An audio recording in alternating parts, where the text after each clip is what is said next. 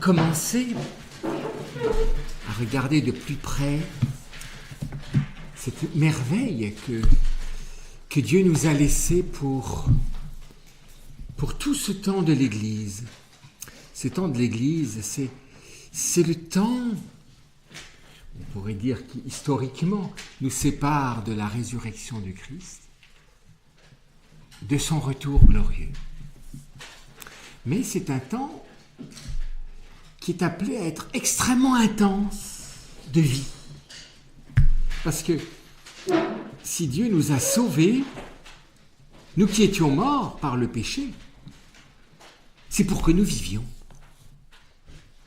Vous comprenez que de voir le salut comme quelque chose d'inerte, comme, je ne sais pas, de recevoir comme un tampon, vous voyez, je peux passer la douane, ou voilà, t'es sauvé. C'est quelque chose qui est, j'allais dire, qui me semble pas chrétien dans le sens, parce que le christianisme est une bonne nouvelle. Et donc, c'est une bonne nouvelle qui est nécessairement une bonne nouvelle de vie. Il n'y a qu'une bonne nouvelle concerne nécessairement la vie. Une bonne nouvelle qui ne concerne pas la vie, mais ça ne peut pas être une bonne nouvelle. Donc une bonne nouvelle est une bonne nouvelle en vue d'une vie nouvelle. Et même ça va plus loin parce que l'homme, il peut vivre biologiquement, matériellement, tout en étant mort dans son cœur, dans son âme. Hein, c'est ça l'illusion. Hein. Le péché, c'est la mort de l'âme, en fait. Je peux être un mort-vivant. L'homme peut être un mort-vivant. Les anges ne peuvent pas être des morts-vivants, ni les animaux, ni les plantes ne peuvent pas être des morts-vivants. Moi, je peux être un mort-vivant. Ce que l'Apocalypse nous dit, tu passes pour vivant, mais tu es mort. Tu passes pour vivant, mais tu es mort. Ah oui, je bouge, mon cœur bat, tout ça. Tu passes pour vivant, mais tu es mort. Donc, le salut est nécessairement un don de vie. Pas seulement pour passer de la mort à un simple état, mais passer de la mort à la vie. C'est ce que souligne beaucoup le Concile Vatican II, en disant qu'au fond, nous sommes tous appelés à la sainteté. Hein, l'appel universel à la sainteté, vous comprenez que être vivant, c'est être vivant de la vie du Christ.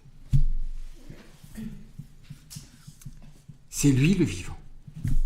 C'est pour ça que dans l'Apocalypse, il est symbolisé sous la forme des 4 vivants. Il faut 4 vivants pour nous dévoiler, j'allais dire, cette plénitude de vie qui est celle du Fils, auprès du Père, et vers le Père, et du Père, hein, dans la Trinité. Et je vous promets que Dieu n'a pas gardé une once de vie pour lui.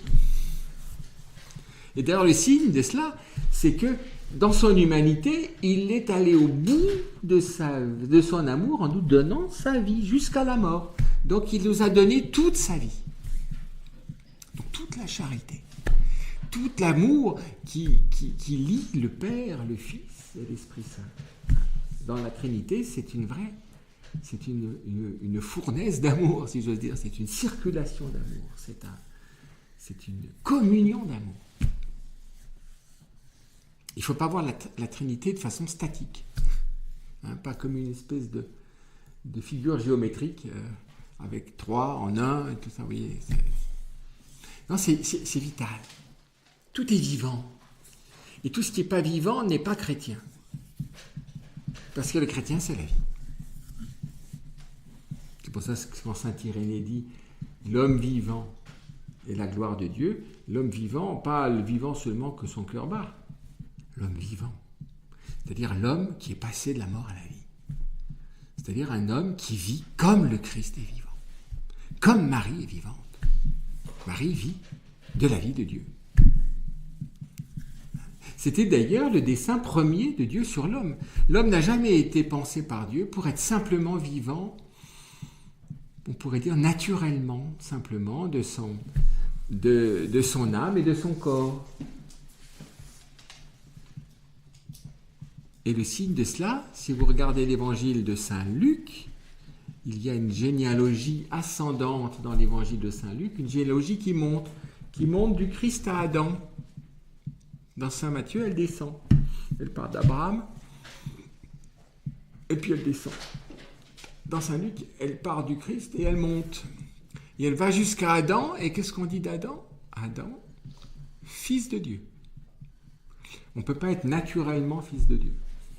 Donc ça montre bien que l'insufflation de l'haleine de vie de la Genèse au chapitre 2 est la première Pentecôte. L'homme a été voulu pour être animé de la grâce et donc de l'Esprit Saint. Je suis pensé, l'homme a été pensé pour être animé par l'Esprit Saint, pas pour être simplement animé par son âme. C'est extraordinaire ça, c'est vraiment fort.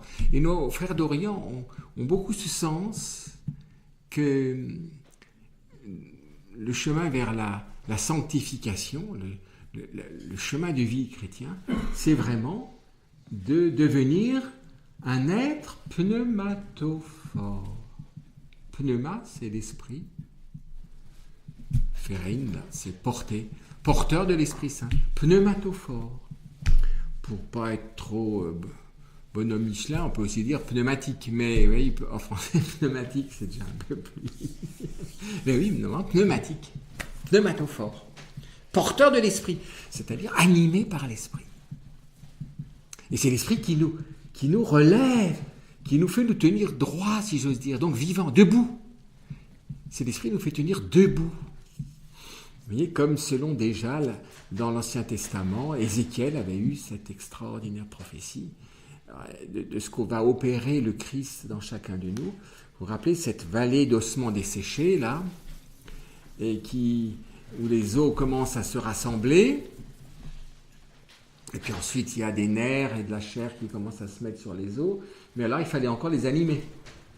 Parce que s'il y a de la chair, des nerfs sur des os, mais qu'il n'y a pas d'animation, alors il souffle dessus. Il y a une animation pneumatique, si j'ose dire, par l'esprit. Alors il se lève et devient vivant. C'est une belle expression, d'ailleurs, du relèvement d'Israël après l'exil, mais encore bien plus du salut qui est en fait une nouvelle naissance, comme Jésus le dit à Nicodème. Et c'est pour cela que ce temps de l'Église est un temps où il nous est donné, en quelque sorte, non seulement de recevoir la vie de Dieu, mais de vivre ce que Jésus a initié, c'est que cette vie, nous sommes appelés à la communiquer d'une certaine manière, bien que ce soit toujours l'Esprit Saint qui communique les dons de Dieu, mais à être les témoins de cette vie, des témoins vivants, de telle manière que chaque homme puisse rencontrer le Christ et ressusciter. Et ça, l'Église, il lui est remis ces milliards d'hommes. Depuis la résurrection du Christ jusqu'au dernier instant de l'histoire de l'humanité. Et donc, quand Jésus dit « vous ferez des œuvres plus grandes que celles que j'ai faites », au fait, il nous laisse la plénitude à accomplir, c'est-à-dire à faire que chaque homme puisse recevoir le Christ, et que cette vie nouvelle puisse être soutenue, vivifiée, accompagnée par les gestes même du Christ. Je vous ai montré que les autres fois que les sacrements, c'est une surabondance donnée par Dieu qui vient de l'amour, parce que l'amour, c'est pas seulement des paroles, c'est pas seulement une lumière, c'est pas seulement une vérité, mais c'est aussi un don. Et donc c'est aussi un geste. Et les sacrements, ce sont les gestes du Christ qui sont donnés aux hommes par le biais du corps de la tête qu'est le Christ et qu'est l'Église. L'Église est le corps mystique du Christ. Le Christ veut agir à travers son Église, faire ses gestes d'amour et de miséricorde à travers l'Église.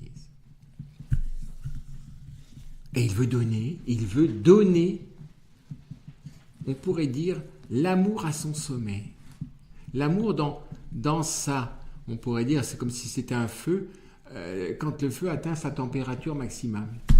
La température maximale du feu de l'amour, c'est quoi? C'est quand Jésus donne sa vie pour glorifier le Père et nous sauver. Il n'y a pas de plus grand amour que de donner sa vie pour ceux qu'on aime. Donc c'est l'offrande d'amour, le sacrifice d'amour du Christ à la croix que Jésus a donné à ses apôtres, mais pas pour que simplement les apôtres le reçoivent, mais faites ceci en mémoire de moi, de telle manière que tous les hommes, jusqu'au dernier, puissent recevoir, on pourrait dire, cette plénitude d'amour à travers le corps et le sang glorieux du Christ offert. Et c'est ça la messe. C'est ça la messe. C'est une réalité vivante de pas de nous, vivante du Christ qui est dans son actualité du don total de lui-même. La petite Thérèse disait, aimer, elle disait pas, aimer c'est donner, aimer c'est tout donner. Donc c'est donner comme le Christ se donne. On ne peut pas tout donner si on n'a pas donné sa vie pour ceux qu'on aime. Donc, vous voyez, ce qu'on appelle la messe ou la célébration de l'Eucharistie, c'est vraiment cette vie d'amour qui vient, j'allais dire, à la place de l'arbre de vie dans le paradis terrestre, qui était appelé à soutenir la vie de l'homme, qui n'aurait pas dû mourir dans la grâce de justice originelle. Nous avons bien plus que l'arbre de vie, nous avons le fruit du nouvel arbre de vie qu'est la croix.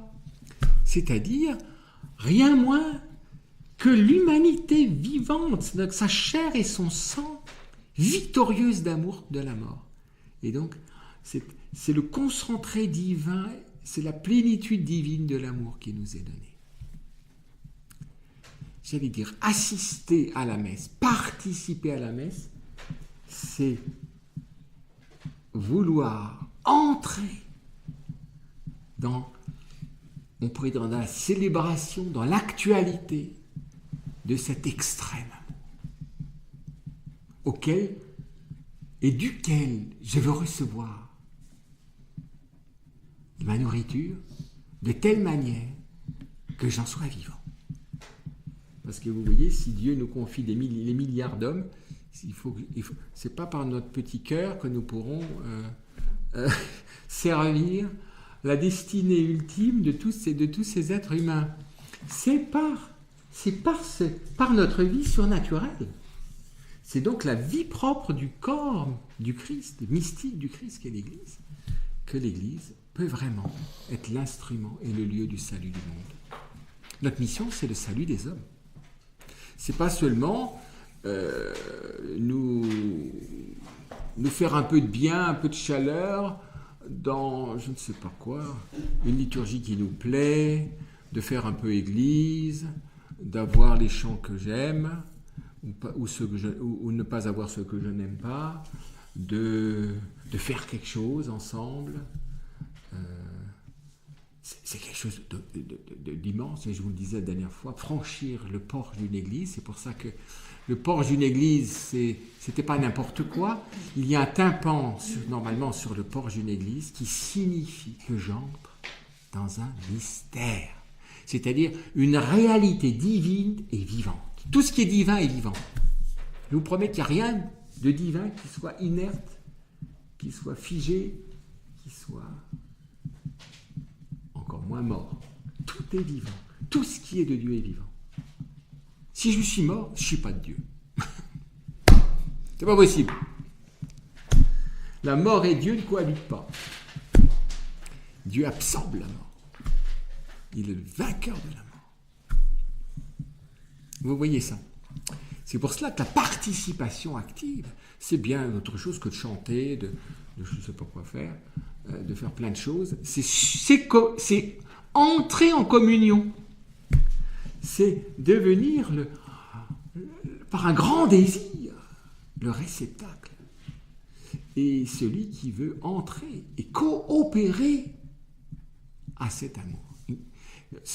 Le renvoi de la messe, le renvoi pas au sens méchant, quand on renvoie quelqu'un, quand on envoie, c'est un envoi, ite missa est. Allez, la messe elle est accomplie, elle est en vous, elle vous est donnée, vous en êtes vivant. Et de quoi? De l'offrande d'amour du Christ à la croix. Et donc de la gloire, de la victoire de l'amour du Christ en croix. C'est plus fort, vous voyez, c'est presque intraduisible, ces quelques mots, ite missa est, que seulement aller dans la paix du Christ. Alors ça, c'est la paix. Va dans la paix. Alors il y a d'autres formules d'envoi qui ont été rajoutées depuis, mais que personne n'utilise. Il faudrait les chercher, je ne les ai pas sous les yeux. Mais il faudrait essayer de trouver quelque chose qui fait qu'on est vraiment envoyé. Allez, vous êtes vivants comme le Christ est vivant quand il est au sommet de son amour. En tout cas, vous avez voulu être un avec lui. Quand vous dites Amen, un avec lui. Dans son don d'amour. C'est pour cela que dans la réforme liturgique, autrefois on ne disait rien. On disait que le corps et le sang du Christ gardent pour la vie éternelle. Que le corps du Christ garde pour la vie éternelle. Traduit. Mais la réponse, si je dis Amen, c'est bien plus que oui, c'est ainsi, oui, je suis d'accord, ainsi soit-il, je veux bien, et tout ça. C'est une adhésion intraduisible. Amen. Vous voyez, c'est Amen. Sans restriction. Tout ce que tu désires, je le veux. Et ce que tu désires me dépasse. Ça dépasse ce que je peux penser. Donc, c'est une adhésion sans condition totale au don de Dieu. C'est là qu'au fond se réalise la participation active la plus forte. Vous voyez ce que je veux dire? Et cette participation fait de moi un Christ vivant, en fait, dès que je quitte ma place. Et surtout quand je ressors de l'Église pour être dans le monde. Quand le pape François dit « sortez des églises », c'est pas pour qu'on n'y aille pas, mais allez.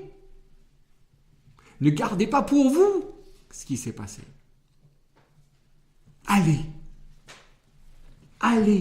vers tous ces êtres que le Seigneur vous fera rencontrer selon sa providence. Vous savez, on peut faire des plans pastoraux, mais finalement, je vais rencontrer un tel, un autre va dire, viens voir rencontrer, viens voir ici, enfin voilà, c'est plein de providence, quoi.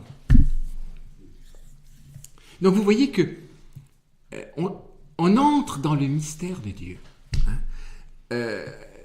Entrer dans l'Église et vivre, au fond, le sommet de tous les sacrements, c'est donc cette célébration du sacrifice d'amour du Christ, cette plénitude, ce feu d'amour, c'est entrer. C'est pas les hommes qui vont faire quelque chose entre eux, c'est les hommes qui se livrent à Dieu. Et dans l'une, comme des frères. Et ils vont être constitués comme frères, parce que tous veulent la même union avec le Christ. Et donc ils vont être nourris du même pain et de la même boisson, c'est-à-dire du corps et du sang du Christ. Alors, on va regarder, ce qui est très important, c'est que la liturgie, qu'est-ce que c'est que la liturgie? Elle va, par un langage symbolique, me communiquer et me faire entrer dans cette réalité vivante et actuelle. Et qui perdure au-delà de la liturgie. C'est-à-dire que je ne sors pas de l'église et je passe à autre chose. Bon, maintenant on a fait notre devoir.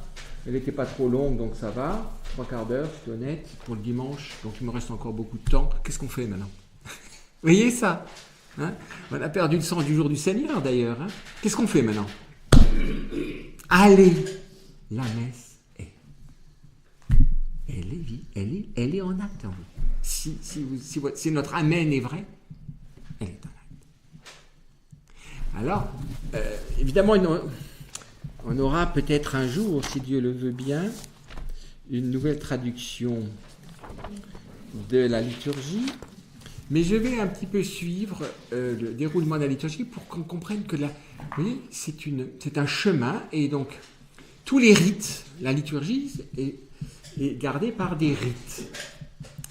Et il y a plusieurs rites chrétiens, et le rite au sens le plus fort, c'est vraiment la célébration de la mort et de la résurrection du Christ, donc du mystère, de l'œuvre d'amour du Père dans le Christ. Et donc de la vivification de l'Église, qui est le corps dont le Christ est la tête. Alors, dès le début, vous voyez,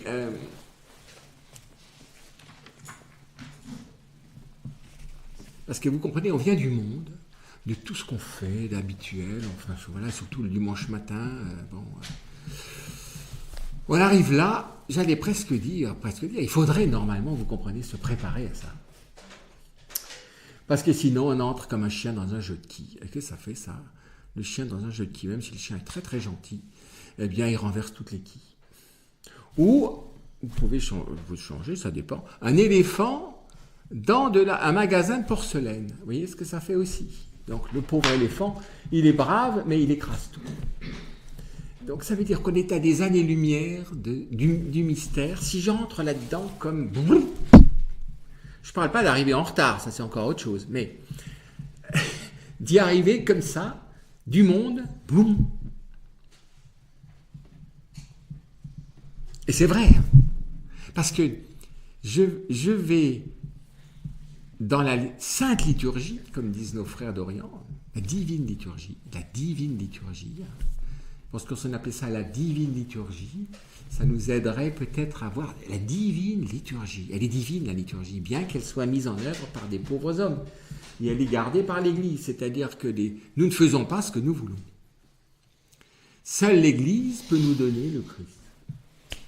Vous pouvez faire toutes les chimies, toutes les transformations physiques, vous n'arriverez jamais à fabriquer le Christ dans son sommet de don d'amour. Impossible à la science, à tout ce que vous voulez. Seul l'Esprit Saint peut accomplir ça.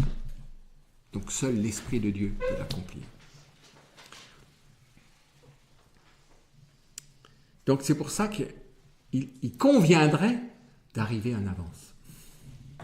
Et surtout, de décanter. Vous savez, c'est comme les escargots, avant de les manger, il faut les laisser se dégorger. Nous, c'est un peu comme ça. Il faudrait qu'il y ait un sas de dégorgement de notre vie, voilà, chez nous. Vous voyez bien, elle est complexe, notre vie. Et pour entrer dans le mystère de Dieu, il faudrait un sas de décantation.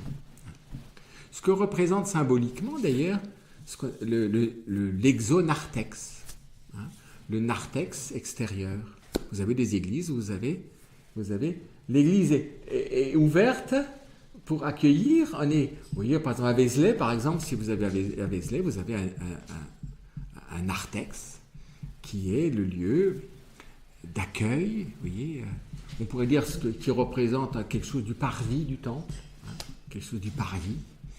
Et vous voyez qu'à Vézelay, le grand portail, il n'est pas à l'extérieur, extérieur, il a été recopié. Le grand portail, il est passé de l'exonarthex dans la nef. Donc le Christ en gloire, avec les 4 vivants, donc que nous donne l'Évangile, c'est-à-dire la vie du Christ. Donc quand on franchit, on n'entre pas dans comment on dit, un moulin. Un moulin, on rentre, on sort, enfin voilà, on prend des sacs de blé, un moulin. On n'entre pas comme dans un moulin. Alors, donc c'est pour ça que déjà le portail, le tympan qui nous montre le mystère de la gloire du Christ, et généralement, ça dépend des époques et des lieux. Il y a souvent le jugement dernier qui est présent, mais souvent le jugement dernier, il était à l'intérieur, et je sors dans la lumière du jugement dernier. Donc la lumière de ma vie, c'est que toute ma vie, elle s'achève dans le Christ qui vient. Et j'entre dans l'Église qui est le royaume de Dieu, donc le Christ roi. C'est pour ça qu'il siège sur un trône. C'est le royaume de Dieu.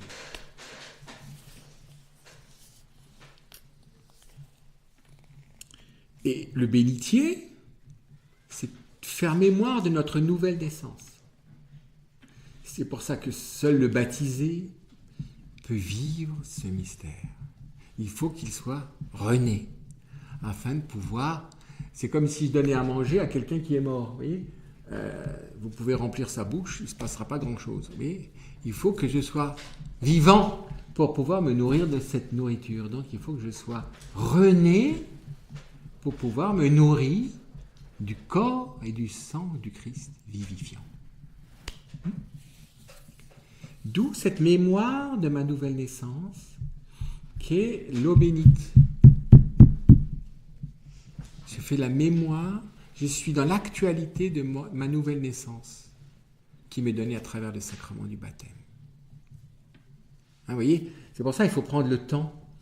Si je fais comme ça, vous voyez, mais parce que c'est terrible, parce qu'on est dans le temps et on est dans l'habitude. Non, vraiment, cette vasque, elle est l'eau de la vie qui m'a fait renaître. C'est un sacramental on pourrait dire qui régénère.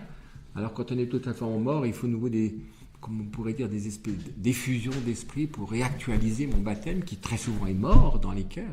Il n'est pas actif, il sommeille, il est comme une marmotte au fin fond de son terrier, enfin je ne sais pas comment on appelle ça, de sa galerie en plein hiver. Donc le baptême, il est inerte. Il est là, mais il est neutralisé parce que moi je suis tout à fait ailleurs dans ma vie. La vie de Jésus, c'est pas ma vie, donc elle est comme poussée au fin fond, mais je ne vis pas de cette source. C'est comme une source qui est scellée, elle est fermée. Donc quand je rentre, pourquoi il y a le bénitier, c'est très net, c'est parce que j'ai fait mémoire de ma nouvelle naissance. Et en vertu de cette vie, je vais vivre ma communion avec le vivant, qui est vivant d'amour, puisqu'il donne sa vie pour ceux qu'il aime. Et je veux me nourrir de cette communion. Et cette nourriture de la communion va être tellement réaliste que il y aura vraiment une réalité physique, qui a un geste est toujours physique, à travers lequel m'est donnée cette nourriture divine. Et c'est pour ça que la liturgie commence. Alors, il y a souvent les chants d'entrée, mais si je vous demandais, quand il y a un chant d'entrée, est-ce que vraiment, qu'est-ce que vous vivez pendant le chant d'entrée ? Vous êtes attentif à quoi ? La mélodie, au savoir si ce chant vous plaît, les paroles qu'il y a là, le rapport de la musique et des paroles, comment ce chant ouvre, vous voyez, au fond, ouvre les portes de notre âme. C'est ce qu'on appelle l'antienne d'ouverture. L'antienne d'ouverture. C'est quelque chose qui précède l'antienne, antéphoné, chanter avant. L'antiphonaire. C'est le recueil des chants qui précèdent la chose, soit le chant du psaume, soit la liturgie. Une antienne. Alors souvent, on a pris l'habitude de déjà commencer à bonjour, aujourd'hui, c'est ça, et puis on va faire ça, et ça, et ça, et ça, et ça, et ça. C'est déjà comme une espèce de première homélie là, qui commence. On commence déjà à parler. Et vous savez, le cardinal Sarah a dit une chose, je crois que rien ne nous fait plus entrer et décanter comme les escargots, vous savez, pour dégorger, que quelque chose qui nous conduit au silence. Parce que dans le monde, on est tout le temps face à des paroles. Entre nous, c'est rare qu'il y ait du silence, sauf quand on est brouillé. Mais c'est un mauvais silence. Quand on se tait, mais généralement, quand les gens se taisent, c'est qu'ils sont mal. Et qu'ils sont brouillés ou qu'ils se sont blessés. Et donc, c'est un très mauvais silence. Le vrai silence. Le vrai silence. C'est pour ça que moi, je suis assez partisan de donner, parce que les antiennes, vous voyez, je vous donne l'exemple, demain par exemple, c'est le 30e dimanche du temps de l'année.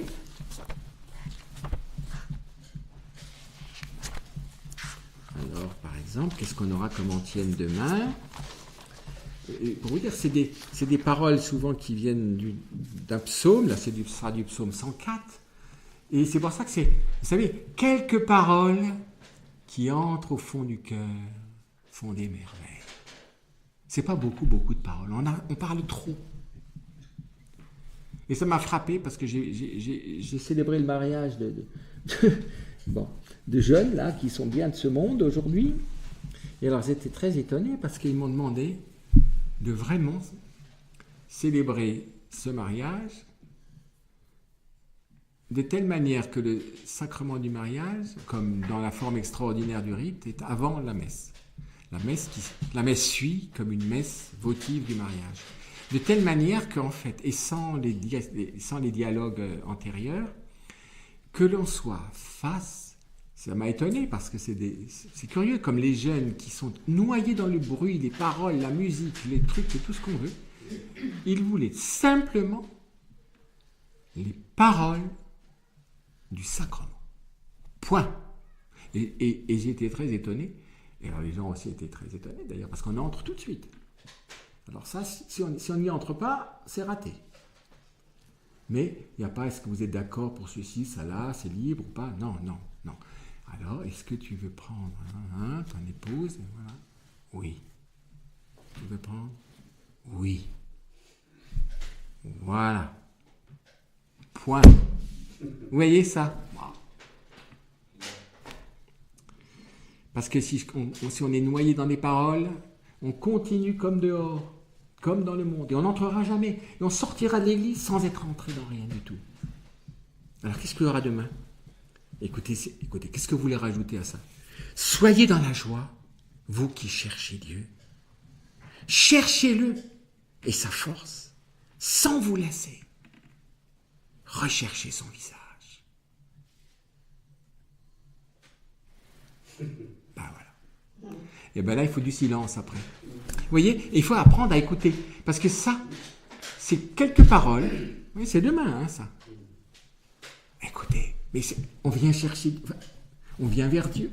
Autrefois, on chantait toujours, je m'avancerai vers Dieu, le Dieu de ma jeunesse. Je m'avancerai vers l'autel de Dieu, le Dieu de ma jeunesse. Mais vous voyez, regardez par exemple ces paroles, l'antienne d'ouverture, et je pense que ça a une densité qu'il est difficile de vivre avec les chants habituels que l'on cherche avec grand-peine et que l'on a fini de chanter, puis voilà, puis après, bonjour, voilà. Et ça, c'est... Soyez dans la joie, vous qui cherchez Dieu. Cherchez le Seigneur et sa force. Sans vous lasser.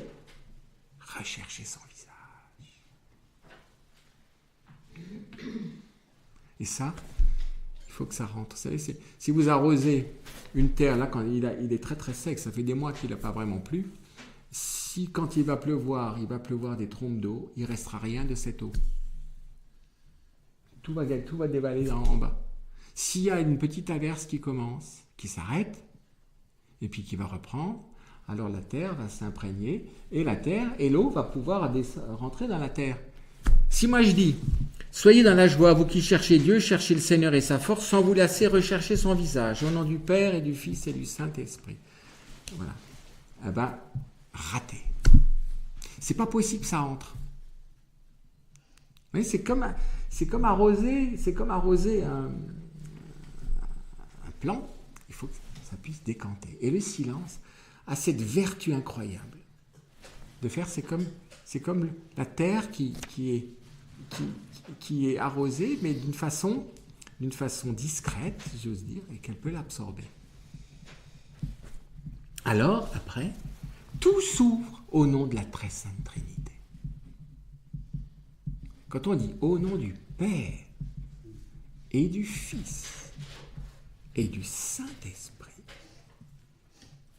Amen. Alors, vous voyez, quand on dit le Amen, c'est encore cette adhésion incroyable. Au nom de la très sainte Trinité. C'est vraiment le don de la très sainte Trinité. C'est la très sainte Trinité qui se communique à nous à travers chacune des personnes divines.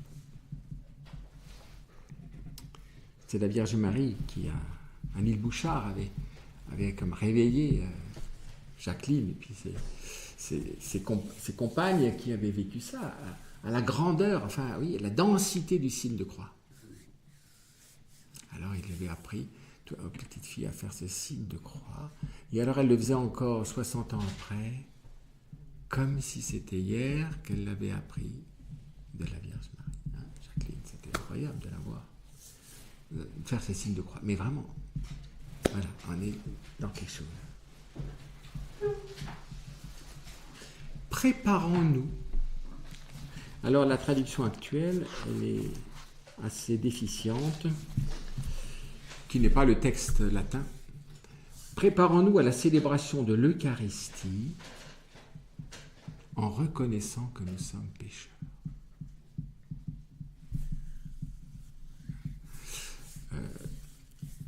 C'est normalement, préparons-nous en vue de célébrer les saints mystères. Sacra Mysteria Celebranda.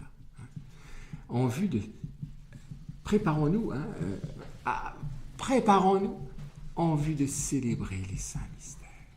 Les saints mystères, c'est le grand mystère de la charité. Les saints mystères. Quand on vous dit célébrer l'Eucharistie, je ne sais pas ce que ça vous dit. C'est action de grâce, ça veut dire l'Eucharistie. Mais la célébration des saints mystères.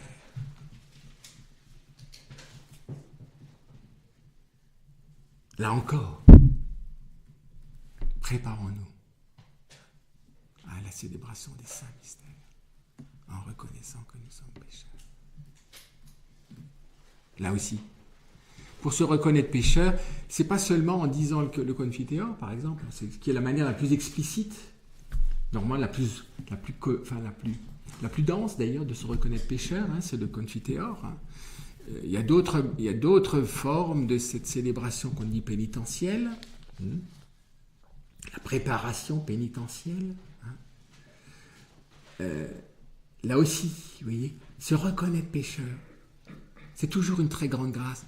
Parce que toujours nous ne pouvons jamais dire, tant que nous sommes sur terre, que nous avons dépassé la miséricorde qui nous sauve.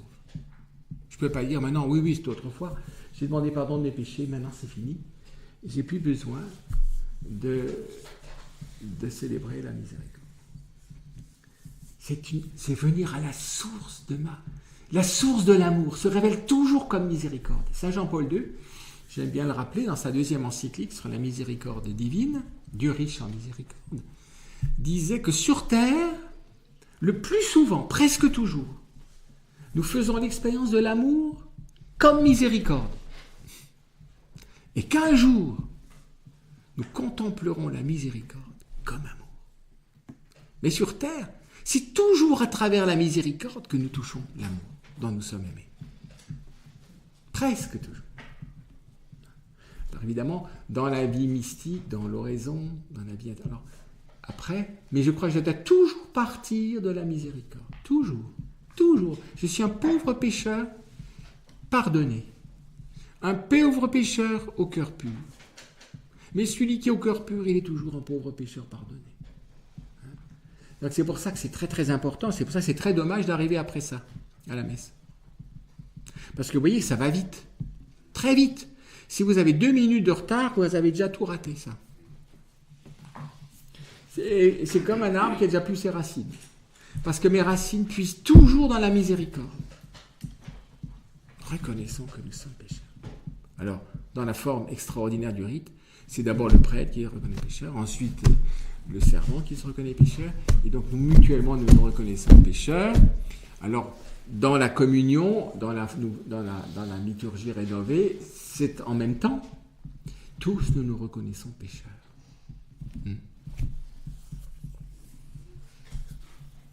Et alors, vous voyez que après cette confession et de mon péché et de ma foi en la miséricorde, c'est une confession et de mon péché et de ma foi en l'amour qui me ressuscite,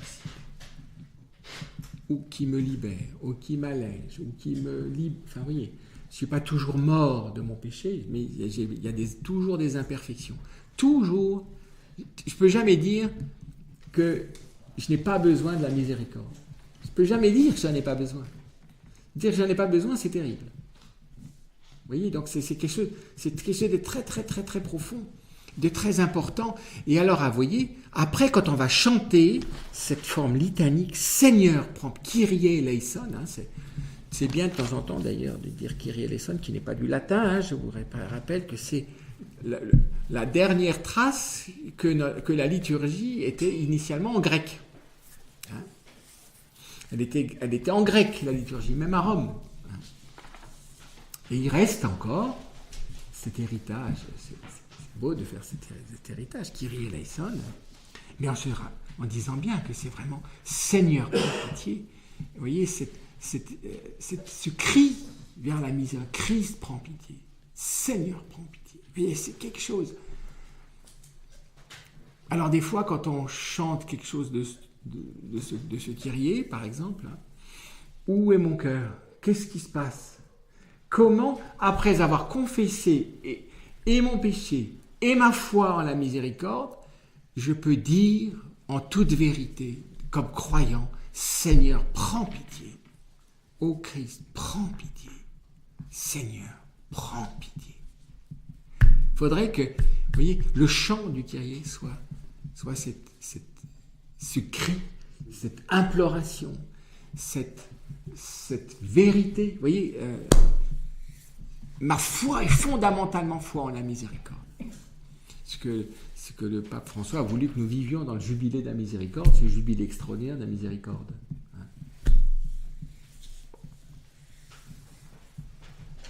Et si je dis Seigneur, prends pitié, Seigneur, prends pitié, ô Christ, prends pitié, ô Christ, prends pitié, Seigneur, prends pitié, Seigneur, prends pitié, c'est mort. Rien. Mais vous savez, il faut faire très attention parce que, en plus, le génie latin, c'est que tout est très dense. Donc, c'est bref. Et comme il n'y a plus que la forme responsoriale qui ordinairement est gardée, alors que, je veux dire symboliquement, 3 fois 3. C'est normalement 3 fois 3. Tout est trinitaire. 3 fois 3. C'est une plénitude trinitaire. C'est, la fontaine de la miséricorde vient du fin fond de la Trinité. Et vous voyez, quand je fais juste Seigneur, prends pitié, Seigneur, prends pitié, ô Christ, prends pitié, ô Christ, prends pitié. Alors c'est 3 dans la forme responsoriale. Mais soyons très attentifs. Ce que dit le diacre dans la liturgie orientale, tout le temps, il nous répète plusieurs fois, soyez attentifs. À un moment donné, c'est comme un feu d'avertissement, vous savez, chez les trains. Il y a le feu, mais il y a un feu d'avertissement, le train. Soyez attentifs. Attention, attention. Là, c'est un lieu absolument vital. Ne le ratez pas. Soyez attentifs. Soyez attentifs. Attention, parce qu'on est des pauvres, alors on est si souvent distraits. Saint Thomas d'Aquin disait qu'on ne peut pas rester attentif plus de 3 minutes sans l'assistance de l'Esprit Saint. Donc vous voyez. Et après avoir vécu la miséricorde, puisque je suis pécheur, et vraiment je m'en remets à la miséricorde, je m'appuie dans ma foi à la miséricorde, sur la miséricorde. Je ne compte que sur la miséricorde, pas sur moi, sur la miséricorde. Alors je vais chanter la gloire de Dieu. C'est ça, Gloria. Je vais chanter cette miséricorde. Je vais chanter Dieu. Est-ce que je peux chanter Dieu si je n'ai pas fait l'expérience de ces miséricordes? Dans l'Évangile, c'est d'ailleurs ceux qui ont eu la plus grande miséricorde, qui chantent le mieux.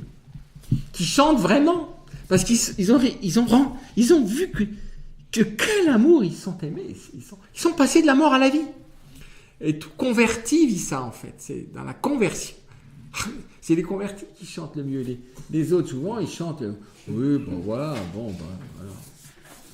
On chante, on ne sait pas ce qu'on chante, mais il faut rechanter. C'est un des lieux merveilleux. Et vous savez, dans la prière, on peut prier dans sa prière personnelle le Gloria. On dit toujours louer, on a inventé plein de choses pour louer, mais louons-le quand il s'agit de louer. Le grand lieu de la louange, c'est le Gloria. Vous voyez, gloire à Dieu au plus haut des cieux et paix sur la terre aux hommes qui l'aiment et au fond aux hommes de bonne volonté. Le pape Benoît XVI disait qu'il fallait de temps en temps reprendre bone voluntatis, c'est-à-dire de bonne volonté. Oui, Dieu aime tous les hommes, mais nous ne sommes pas tous de bonne volonté ou pas toujours de bonne volonté. Donc nous neutralisons l'amour de Dieu. Paix aux hommes de bonne volonté. Donc ça veut dire que moi, il faut aussi que je veuille. Ça, c'est mon travail. De vouloir Dieu. De vouloir reconnaître qui je suis. Enfin, c'est-à-dire mon péché, quoi. Parce que si je reconnais mon péché, je ne reconnaîtrai jamais qui je suis. Je serai dans l'illusion sur moi-même.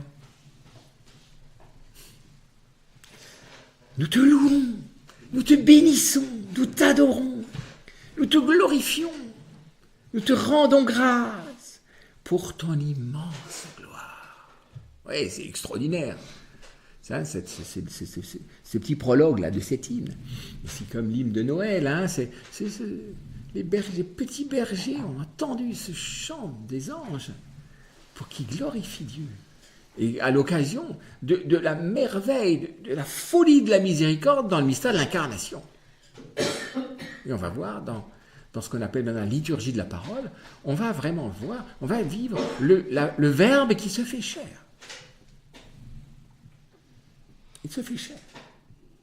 Et ça culminera au fait que je vais entendre en l'homme Jésus, Dieu me parler, Dieu se révéler. C'est pour ça que l'évangile, liturgiquement, a une place particulière. C'est vraiment le Verbe qui se fait chair. Hein? Après, c'est un hymne trinitaire, donc gloire à Dieu, au plus haut des cieux. Donc c'est foncièrement un hymne au Père, hein, au début. Ensuite, le Seigneur, Dieu, roi du ciel, Dieu le Père Tout-Puissant, donc.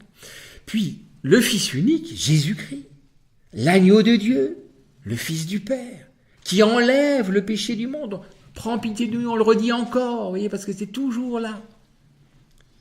Toi qui enlèves le péché du monde, reçois notre prière. Oui. Toi qui es assis à la droite du Père, c'est la grande victoire de la croix qui est là, assis à la droite du Père. Prends pitié de nous encore. Car toi seul es saint. Ça, c'est la purgation de toute idolâtrie. Parce que vous savez, on a plein de petites idoles chez nous. Hein. La purgation de toute idolâtrie. Car toi seul es saint. Toi seul est Seigneur. Toi seul est le Très-Haut. Jésus-Christ, avec le Saint-Esprit. La troisième personne. Dans la gloire de Dieu le Père. L'hymne à la Trinité. Et cette descente de l'incarnation qui est venue vraiment nous prendre, c'est vraiment la louange de l'œuvre du Père qui, par l'incarnation et par la croix, vraiment, vraiment nous adopte et fait que nous sommes chez nous dans la Trinité et que la Trinité va être chez nous dans notre cœur. Comme Saint Jude en a eu la révélation. Quand on aime le Christ, alors le Père vient dans notre cœur. Après, le Père, le prêtre va adresser la grande prière. Alors ça s'appelle matériellement aujourd'hui prière d'ouverture. Alors bien, ouverture, mais bon. Mais c'est en fait la collecte. Colligere, collecte, c'est rassembler. C'est pour ça que c'est la grande prière qui, au fond, d'une certaine manière, après avoir loué Dieu et avoir reçu dans la foi sa miséricorde, je peux vraiment prier Dieu. Donc c'est l'Église, par le vrai, qui prie Dieu et lui demande. La prière, foncièrement, est toujours une demande, en même temps qu'elle reconnaît la gloire de Dieu et qu'elle espère quelque chose. La collecte, vous savez, les collectes, il y a au sens, sans compter les temps liturgiques très particuliers de Noël, de l'Avent, du Carême et du temps pascal, nous avons ces collectes qu'on appelle du temps ordinaire, alors que c'est encore une mauvaise traduction, parce que le mot ordinaire en français est désastreux. Ça vient ordinarius, selon l'ordre des jours. C'est ça, ordinaire. Ordinarius, selon l'ordre des jours. Mais ça, c'est pas le sens d'ordinaire en français aujourd'hui. Mais en latin, c'est tempus per annum. Le temps pendant l'année, per l'année, durant l'année. Et l'année, c'est quoi? Est-ce qu'une année, c'est seulement quand vous souhaitez la bonne année à quelqu'un? Vous souhaitez que tous les jours se déroulent bien? Selon l'ordre? Qu'est-ce que vous souhaitez? Quand vous souhaitez bonne année, vous souhaitez, normalement, c'est un salut de bénédiction. Que cette année soit bénie pour toi. Et la bénédiction, c'est quoi? C'est la fécondité. C'est la fécondité qui exprime fondamentalement le cours du cosmos, puisqu'une année, c'est pour porter du fruit. Et une mauvaise année, c'est une année qui ne porte pas de fruit. C'est une année stérile. Les vaches maigres, vous vous rappelez, dans le songe de Joseph et la famine. Donc, le temps de l'année, c'est un temps pour porter les fruits de l'Esprit Saint. C'est un temps pour laisser l'amour reçu porter ses fruits. Et dont nous nous nourrissons en communiant à la source de vie qui est le Christ crucifié. Donc, à son cœur ouvert. On pourrait dire que mystiquement, la messe, c'est boire au cœur ouvert du Christ. Quand je dis Amen, c'est ça. Qu'ils viennent à moi et qu'ils boivent, celui qui croit en moi. De son sein couleront des fleuves d'eau vive. Donc cette grande prière, et vous verrez qu'elles sont...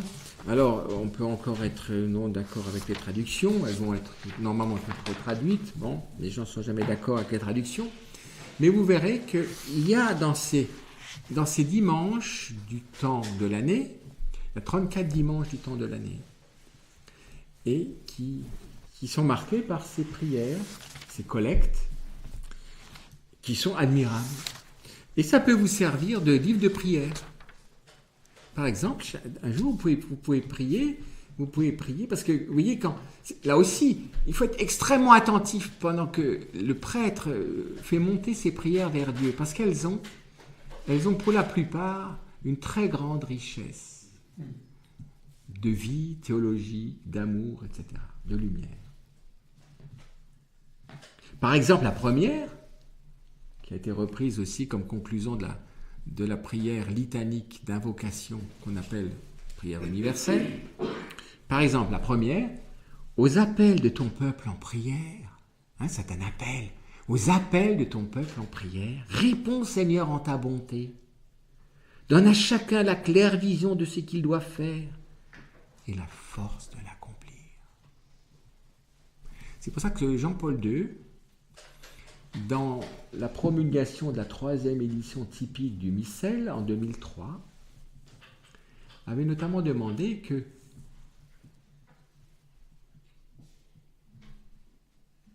avant, vous voyez, quand on annonce la prière, prions, oremus, prions, silence, prions.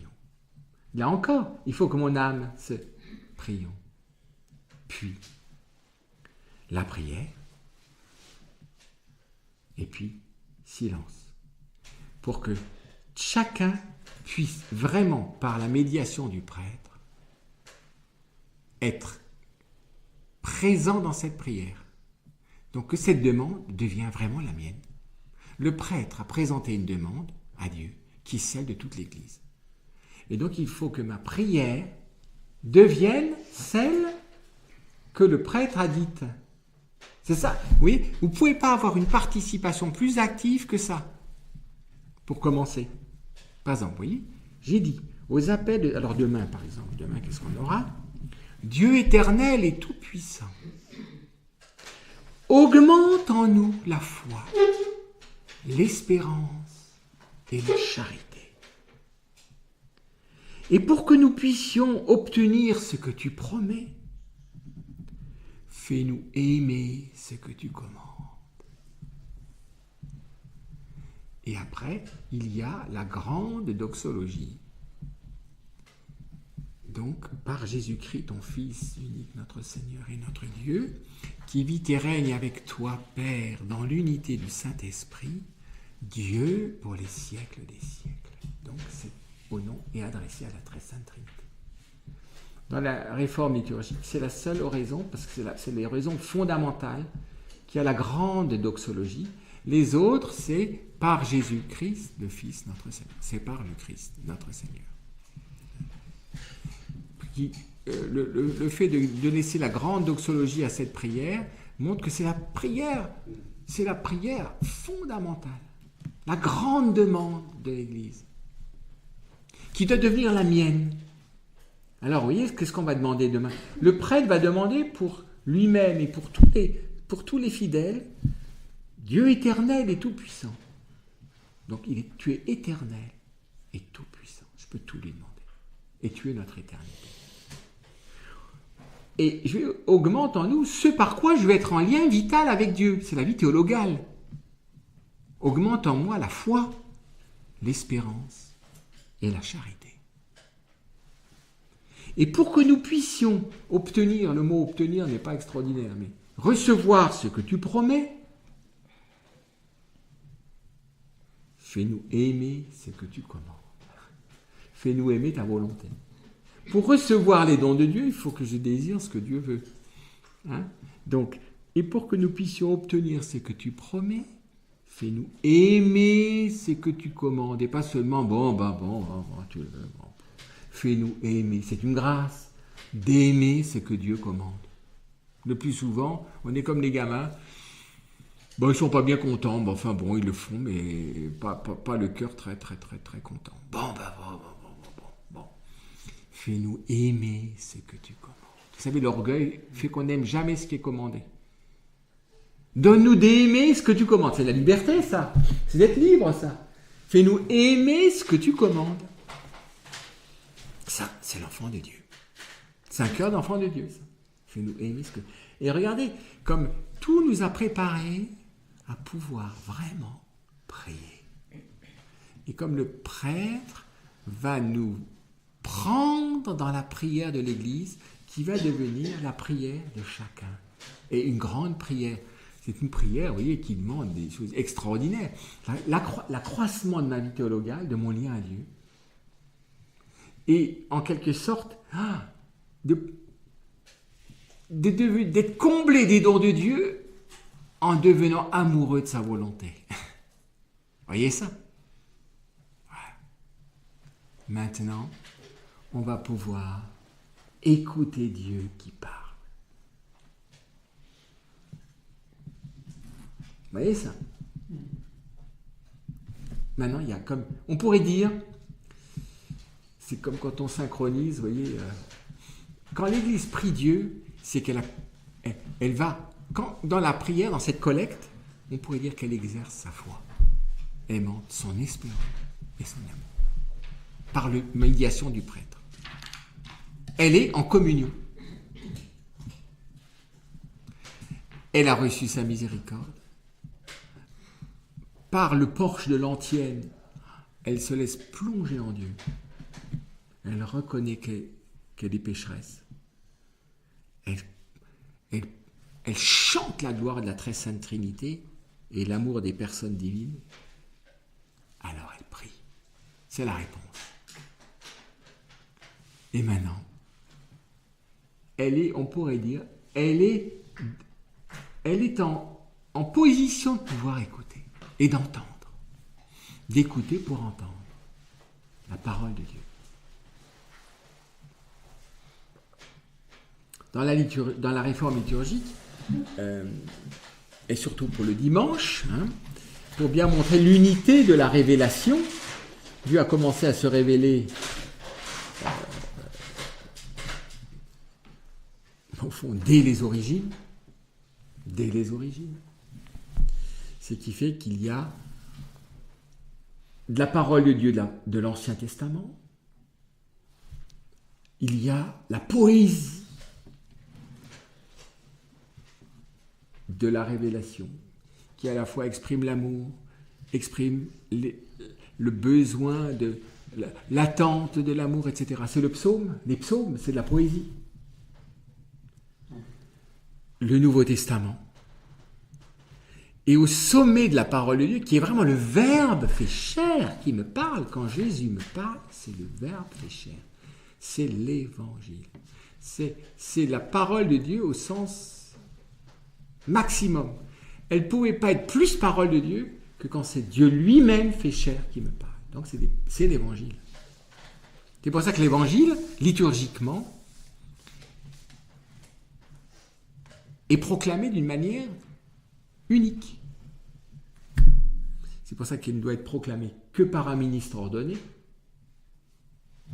donc le diacre, le prêtre, l'évêque.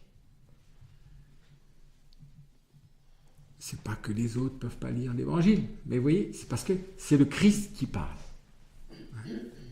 Donc c'est pour ça que c'est un ministre ordonné. C'est le Christ lui-même qui parle dans son Église, à son Église. D'où aussi l'encensement de l'Évangile, la lumière autour de l'Évangile. Tout cela, c'est le Christ lui-même. C'est Dieu qui parle. C'est le Verbe fait chair qui se fait entendre. Et donc, là encore, avant l'Évangile, le diacre dit, non, soyez attentifs. Soyez attentifs. Et c'est pour ça qu'on est debout. Debout. C'est la position de la vie. Debout. Du vivant. C'est par lui que la vie nous est donnée, qui nous a été donnée. Oui, vivant. L'homélie est un embolisme, c'est-à-dire vise pas simplement à dire des choses morales et sur la vie des hommes et tout ça, comme c'était souvent le cas précédemment. Dans la réforme historique, il est demandé que l'homélie porte sur la parole de Dieu. Donc, aide l'Église à recevoir le mieux possible, le plus profondément possible, la parole de Dieu. Je deviens vivant de la parole. C'est la lumière. Vous voyez, la parole de Dieu.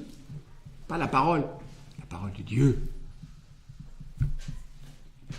Et vous comprenez que dans la lumière de cette parole reçue, quelle est la réponse de l'Église? Toujours, vous savez, c'est toujours parce que c'est un mystère de vie et donc d'amour. Donc, quand Dieu donne, l'homme répond. Quelle est la réponse à l'écoute de la parole? C'est la confession de la foi. Le credo. Et c'est pour ça qu'après la proclamation de la parole, il est demandé qu'il y ait un temps de silence. Pour qu'elle descende encore. Vous voyez, comme chaque fois que, quand on arrose le pot de fleurs, là, il faut que là-haut, il faut que ça puisse rentrer. Si ça coule tout nu, il n'y a rien. Il faut que ça puisse rentrer. Et alors, une fois que c'est rentré, on se lève. Vous comprenez? Pourquoi on se lève? Parce que la foi est ma vie. Je crois en Dieu, le Père Tout-Puissant, Créateur. Je crois. Et là aussi, pauvre credo. C'est comme un vieux cheval qui rentre à l'écurie. D'ailleurs, c'est toujours la version brève. Et si on ne hurle pas, de toute façon, le cheval rentre à l'écurie. Quel que soit le credo dit par le prêtre, c'est le plus court. Et ça, c'est une lutte de pouvoir. On va bien arracher le petit. Alors, je dis ça en riant, parce que d'abord, il y a une explicitation très... D'abord, en latin, c'est le grand credo. Le petit credo, normalement, il était plus réservé à la dévotion personnelle. Et le grand credo, hein, en latin, c'est toujours le grand credo, le symbole de Nicée-Constantinople. Et c'est Monseigneur Léonard qui aime beaucoup revivifier ce credo pour que les croyants se rendent compte, qu'ils proclament leur foi. Alors ils le miment pour qu'ils rendent bien compte de ce que nous proclamons. Je crois en un seul Dieu. Il n'y en a qu'un seul Dieu. Le Père Tout-Puissant, Créateur du ciel et de la terre, de l'univers visible et invisible. Alors ne racontez pas qu'il n'y a pas d'ange. Hein. Parce que pendant 50 ans, il ne fallait pas parler des anges. Visible et invisible. Les purs esprits. Je crois en un seul Seigneur. Je n'ai qu'un seul Seigneur. Aucun roi de la terre, aucun président, aucun rien n'est Seigneur pour moi. Un seul Seigneur. Jésus-Christ. C'est comme ça qu'il y en a bien qui sont morts au début du christianisme, hein, quand il fallait offrir de l'encens à l'empereur et tout ça. Non. Et pourtant, Dieu n'a pas dit qu'il ne fallait pas obéir aux autorités. Je rends à César ce qu'il y a à César, tu as vu, tu as qui, bon, tu obéis à César. Mais ce n'est pas mon Seigneur. C'est pas mon Seigneur. Je n'ai qu'un seul Seigneur. Et c'est pour ça que dans la réforme du calendrier liturgique, le dernier dimanche de l'année, c'est le Christ roi. Mon seul Seigneur. Fils unique de Dieu, né du Père avant tous les siècles. Il est Dieu, né de Dieu. Lumière, né de la lumière. Vrai Dieu, né du vrai Dieu. Engendré, non pas créé. De même nature que le Père, divine. Et par lui, tout a été fait. Pour nous les hommes et pour notre salut. C'est pas simplement pour nous câliner, enfin, non, pour nous les hommes et pour notre salut. Il descendit du ciel. Par l'Esprit Saint, il a pris chair de la Vierge Marie et s'est fait homme. Crucifié pour nous sous Ponce Pilate. Réellement, Ponce Pilate. C'est pas une histoire, Ponce Pilate. Il souffrit sa passion et fut mis au tombeau jusqu'au bout. C'est pas substitution, mais à la fin, non. Il souffrit sa passion et fut mis au tombeau. Jusqu'à la mort, ça veut dire. Jusqu'à la mort. Il ressuscita le 3e jour, conformément aux Écritures, et il monta au ciel, et il est assis à la droite du Père. Grande victoire.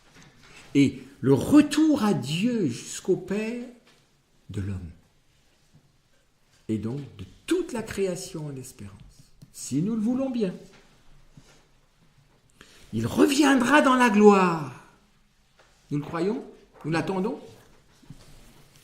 Pour juger les vivants et les morts, et son règne n'aura pas de fin.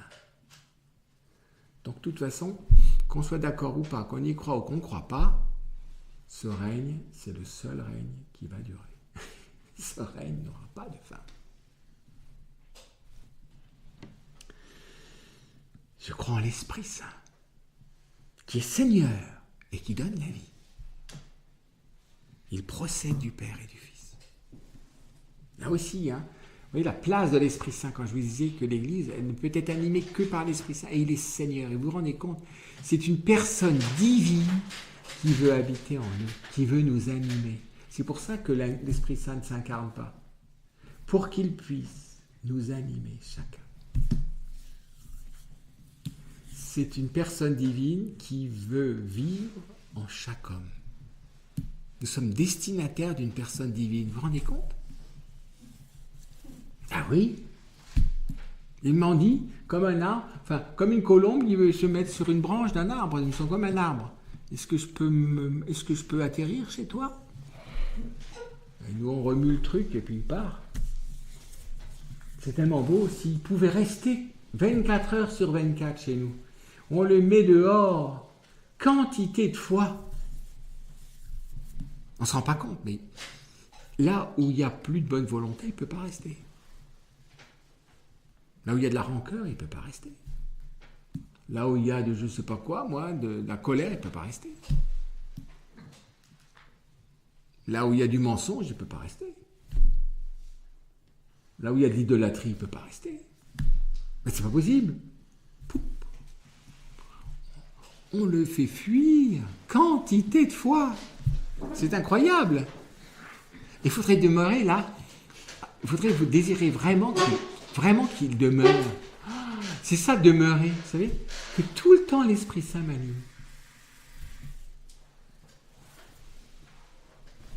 Avec le Père et le Fils, il reçoit même adoration et même gloire. Vous voyez, les trois personnes divines. C'est Dieu. Il a parlé par les prophètes. Je crois en l'Église, une, sainte, catholique et apostolique. Je reconnais un seul baptême pour le pardon des péchés. J'attends la résurrection des morts et la vie du monde à venir.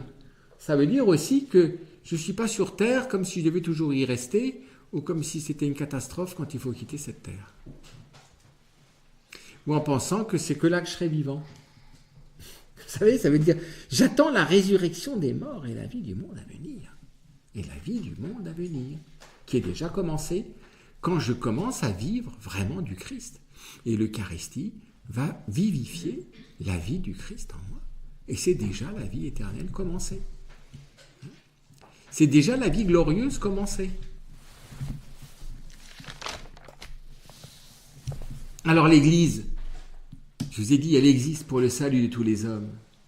C'est pour ça qu'elle va faire monter la grande prière litanique qui a été rétablie dans la réforme liturgique et qui, dans les rites orientaux, revient périodiquement dans la liturgie, au moins 2-3 fois.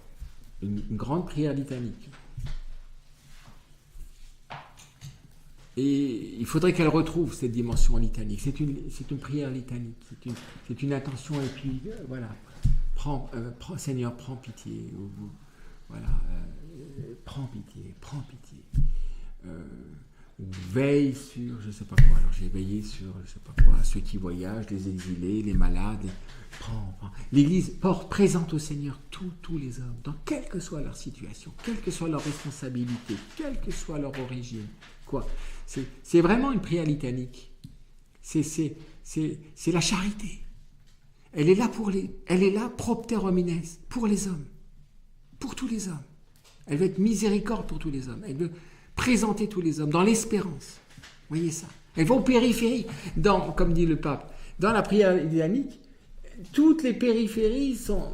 Elle prend tout homme, quel qu'il soit, et spécialement les plus éprouvés, les plus en danger. Il y a des dangers physiques, il y a des dangers intérieurs, il y a tous les plus en danger. On va prier pour celui qui est le plus en danger. On va prier pour celui qui est pas... Vous voyez, on a tendance à prier pour ceux qui sont le plus en danger. Alors, l'Église va pouvoir être le lieu où le Christ, en quelque sorte, vit le grand mystère de la croix, c'est-à-dire le salut du monde, qui est en même temps l'œuvre de l'amour, et donc la révélation de l'amour, et l'appel de l'amour, c'est-à-dire la sainteté. Alors on entre dans l'offertoire. Et là, vous voyez que si ma prière litanique est vraie, l'Église offre tout au Seigneur, toute l'humanité. Elle s'offre elle-même. Elle s'offre. Et normalement, j'offre ma vie, de telle manière que ma vie devienne une vie offerte. Parce que si ma vie n'est pas offerte, je ne pourrais pas communier au Christ, puisque l'Eucharistie, c'est sa vie offerte. C'est sa vie donnée.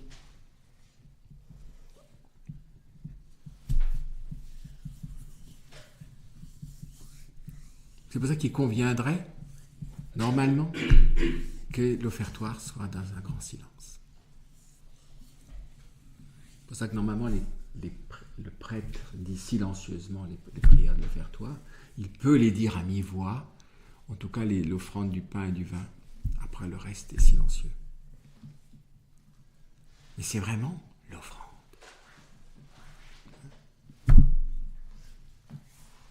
Et c'est un sacrifice, c'est l'offrande, c'est la matière qui se donne. Hein. Ça doit devenir un sacrifice intérieur, hein, où nous devons offrir notre âme, notre corps, notre vie, nos proches, le monde, tout.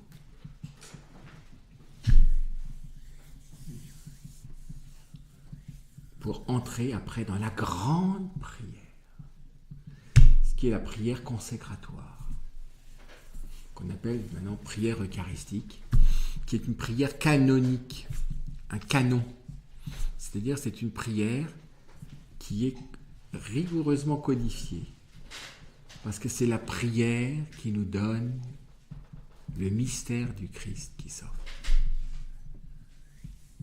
C'est pour ça que je ne peux pas inventer dans le canon. Le canon, c'est vraiment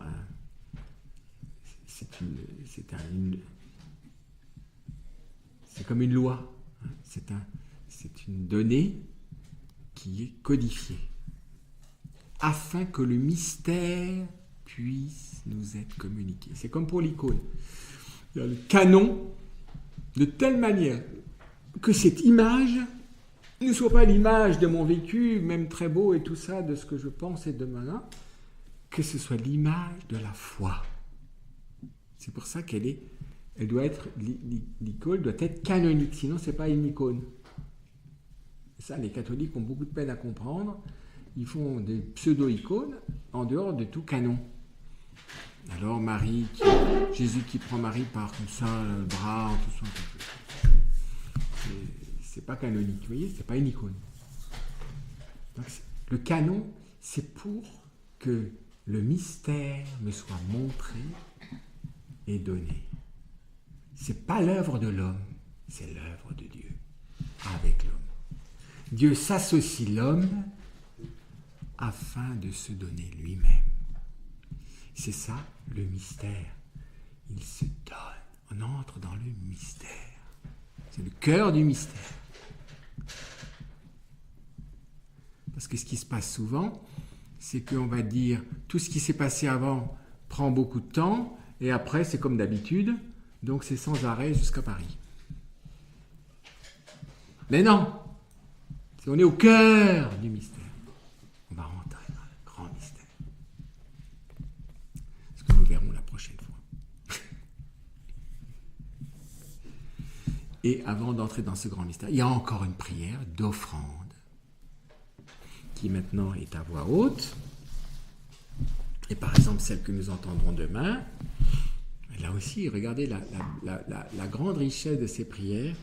Regarde les présents déposés devant toi, Seigneur notre Dieu. Permets que notre célébration contribue d'abord à ta gloire. Que notre célébration contribue d'abord à ta gloire. C'est-à-dire,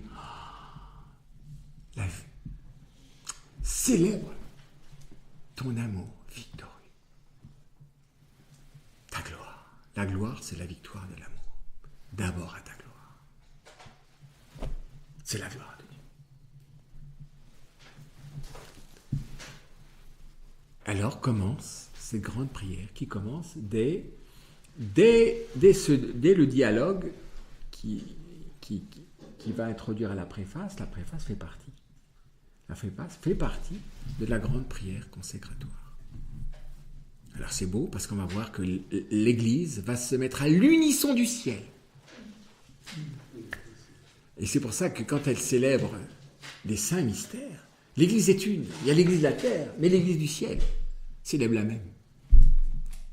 Et au fond, la louange des anges devant la face de Dieu, constante, l'Église de la terre s'y unit de façon éminente quand elle va vivre vraiment le sacrifice d'offrande du Christ. Avec les anges et les archanges, etc. Et alors, c'est très très net dans la préface de Quatrième pré-eucharistique, hein. Ainsi les anges innombrables qui te servent jour et nuit se tiennent devant toi et contemplant la splendeur de ta face n'interrompent jamais leur louange, unis à leur hymne d'allégresse, avec la création tout entière qui t'acclame par nos voix, nous te chantons. Vous voyez ce que c'est que le Sanctus? Ah,